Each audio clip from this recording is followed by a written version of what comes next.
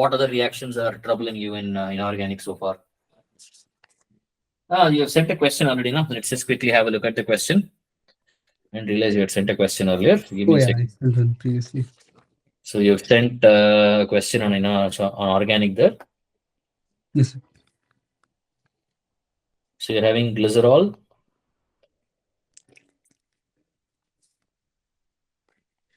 and you're reacting it with acetic anhydride.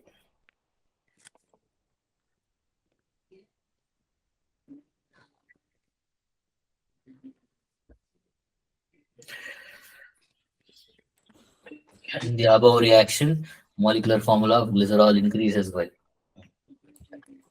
Okay, so what is going to be happening is you're going to be having in this particular case here, this happens.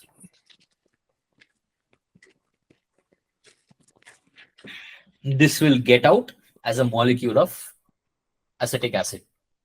And you will have the oxygen now connecting up with this carbon. As it's just going to be normal nucleophilic addition elimination. So you'll have nucleophilic addition happening. This oxygen, 2 electrons will go attack this addition followed by elimination. Okay. 2 steps. So you'll have 2 steps, reversible fully. 2 steps. You're going to be having, first is going to be nucleophilic addition elimination.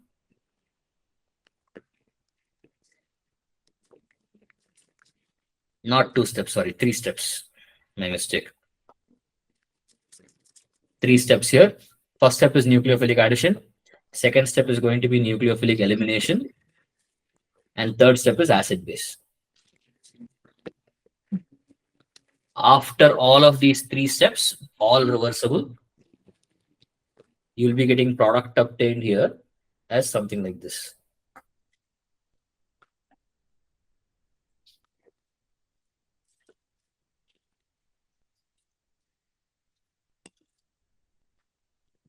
You'll have this will be still OH, this will be still OH. And I'll be having the other product obtained as CH3COOH. So this is with 1 mole of acetic anhydride. Now when you're doing with 3 moles, the product will become something like this.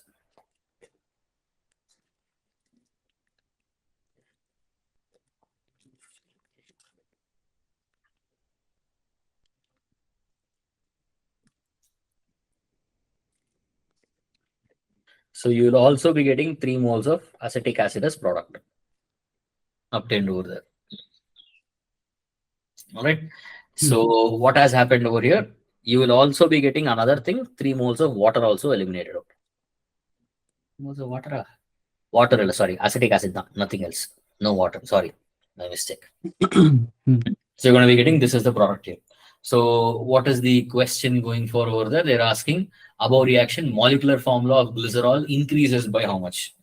So the molecular formula increases by 3 times this, but it is also going to be decreasing by what? 3 hydrogens. 3 hydrogens, yeah. All right. So not 3 times this, sorry, made a mistake here. It increases by 3 times Only this. Yes. But it decreases by 3 hydrogens there. So it's going to be 3 into, we're going to be having CH3CO minus 3H or plus 3H. Right?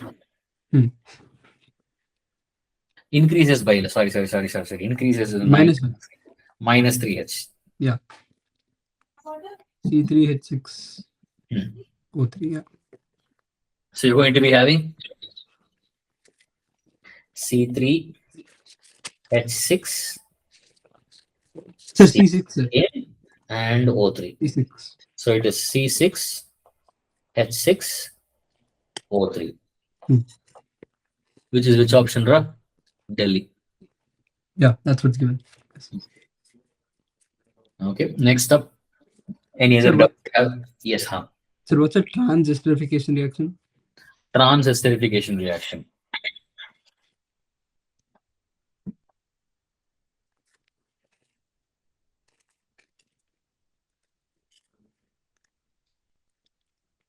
Let's say I have this RCOO R1. Okay. If I react this fellow with say R2OH in the presence of H plus, I will have an equilibrium now where I'll be getting product as R C double bond O R2 plus R1OH. It will be in equilibrium. This is going to be a transesterification reaction.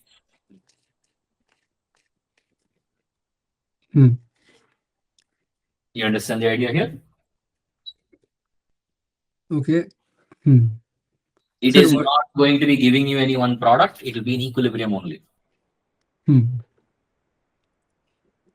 Okay. Next up. Sir, like, what if instead of alcohol, it was in carboxylic acid? Where? Instead of R2OH, if it was an R2C double bond OH. Carboxylic acid. Nothing will happen. I'll send the question once. I understand what you're asking, Ra. I'm saying nothing will happen. There was a. So let's say we are having RCOO R1 plus say R2COOH. Okay, yeah. This is the question, right? Yeah. So nothing will happen here. This is not that good at performing nucleophilic addition. Nothing will happen, Ra. Like in the solution, it said the carboxylic acid would perform nucleophilic addition. Nucleophilic addition. How? The lone pair of oxygen. Which oxygen? This one? Yeah, that one. This guy is in resonance. Yeah, that's what. This is not available. This is not a good donor. No. That doesn't make sense. Are you sure? Yes, sir, that's what it's. Which book? Send. MS Johnson. Doesn't sound feasible. Send. That is not correct. I doubt they would have given it like that even. Sir, there's a chlorine also. I don't know if that'll make any difference. It does make a difference.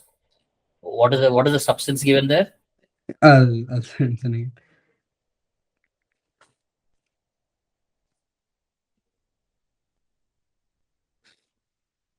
Acid halides are notoriously more reactive. So yeah. It's not like acid halide, but let me have a look. Wait.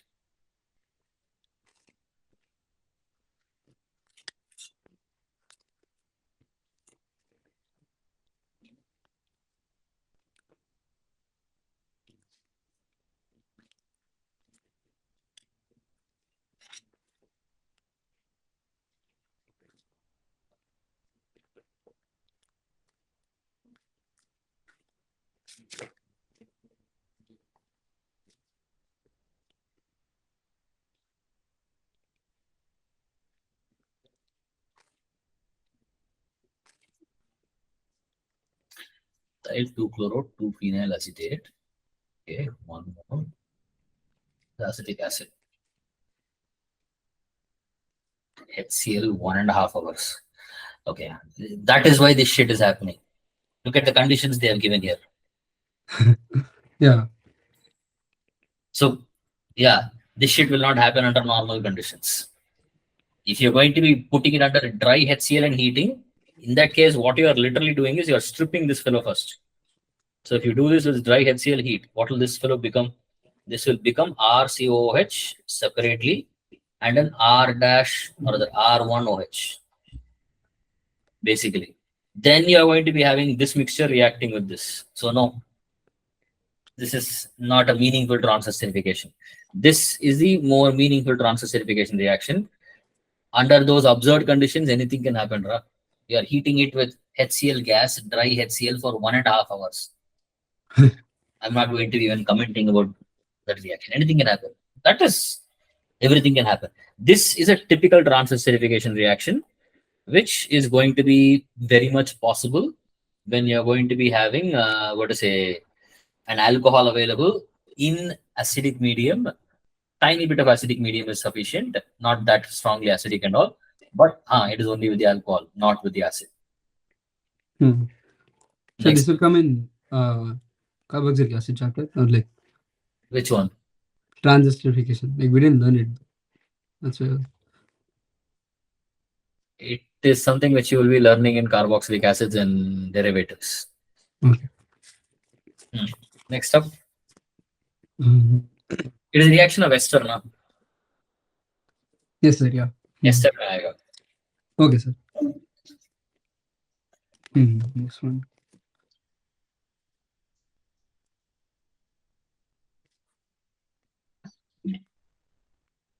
That capping of aldehyde and ketone is a very useful reaction, along with the acetal and hemiacetal. So make sure you are familiar with that. Yes, sir. Yeah. Useful and internal. External also acetal hemiacetal will play a very important role. As in for JEE advanced and all. Yeah. You sent another? Cool, okay. Given are the structures of cyclic D-glucoside, moles of HiO4 consumed in the extent Y respectively. Okay, now, so you've learned HiO4 reaction or you've not learned? Learned, sir. Yeah. Learned, now. So HiO4, what is it doing really? What is it doing? Like oxidizing. Where does it attack? Oh, like polyhydroxy. I have vicinal diol attack. Yes, yeah. That's one case. And then there are like a That's few not more. one case, that is a type of case. Yeah. Yes. So HiO4 here is going to be predominantly preferring to attack that type of shit. It also attacks adjacent OH and adjacent keto group. Or like, Give me a second, I just want to go. Yeah, where was I? Yeah, the glucose thingy. Okay, huh?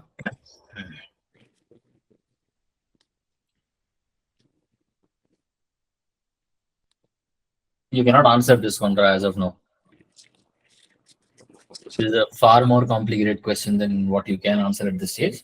Let me just quickly, or have you learned how HiO4 works properly?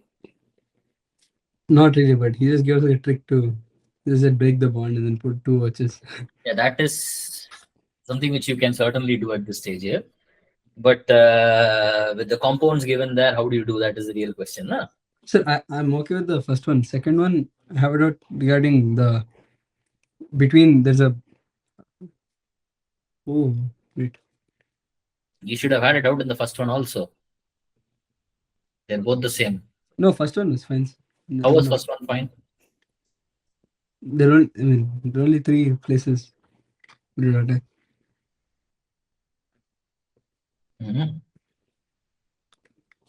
else will it attack? I mean, we were told that we won't attack ethers and esters.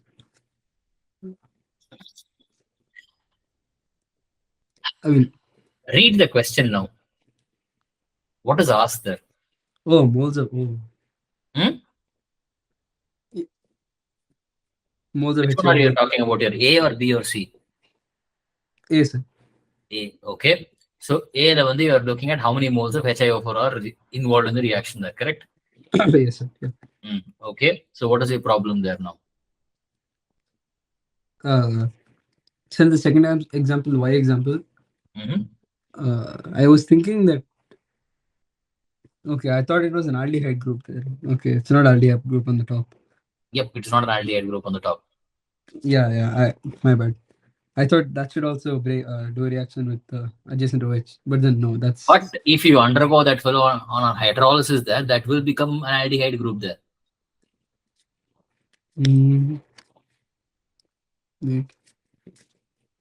Right. So now, what is the reaction really? So what do you mean? This is why I said you cannot do this right now. The answer is wrong here.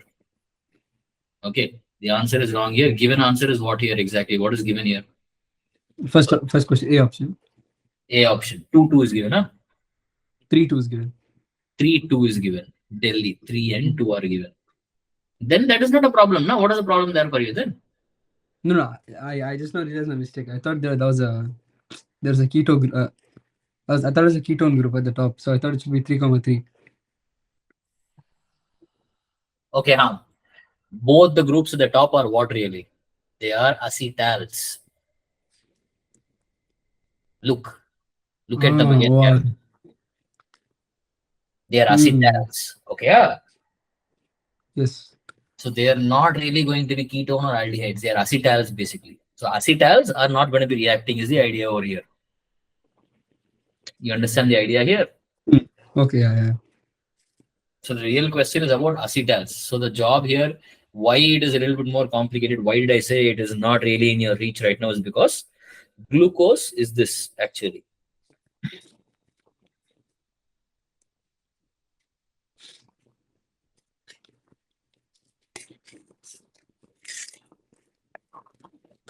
So more or less, this is going to be a representation of glucose.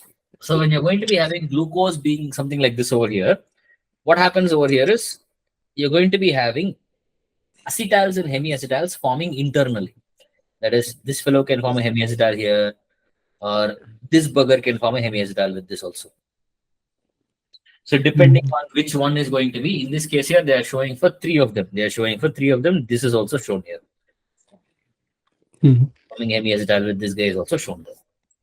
So you can effectively have different types of hemiacetals being formed.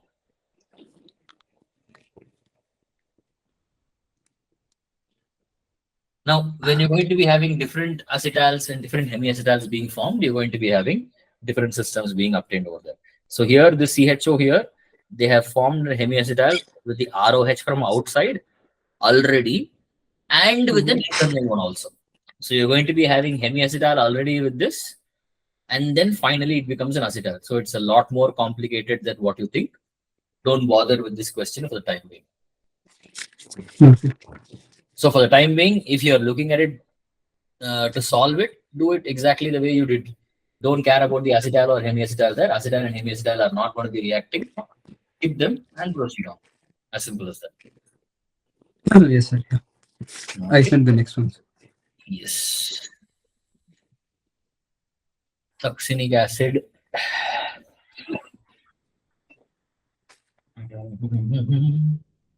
So, have I or have you all, are you already familiar with this?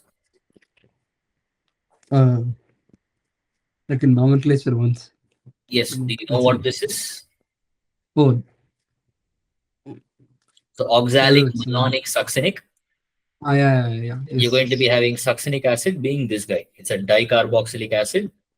Without knowing what that acid is, you can do nothing. So this is going to be succinic acid heating. Succinic acid will end up giving you the anhydride. Yeah, that which will basically look like this. When you hit it with ammonia and you heat it, you will end up having this oxygen basically getting replaced by a nitrogen, NH. And when you end up doing bromine and KOH, that is a reaction which you do not know at this stage. Okay. All right. This is bromine and KOH. That is a reaction you do not know. This is called as Hoffman bromamide reaction. You have not learned this here. This is going to be a reaction in acetamides. So for now, don't bother with this shit at all. Yes, it is that same Hoffman dude. Different Hoffman is not existing. Same Hoffman, same asshole, but different chapter. So it's called Hoffman bromamide reaction. So till you come there, we are not going to be touching it.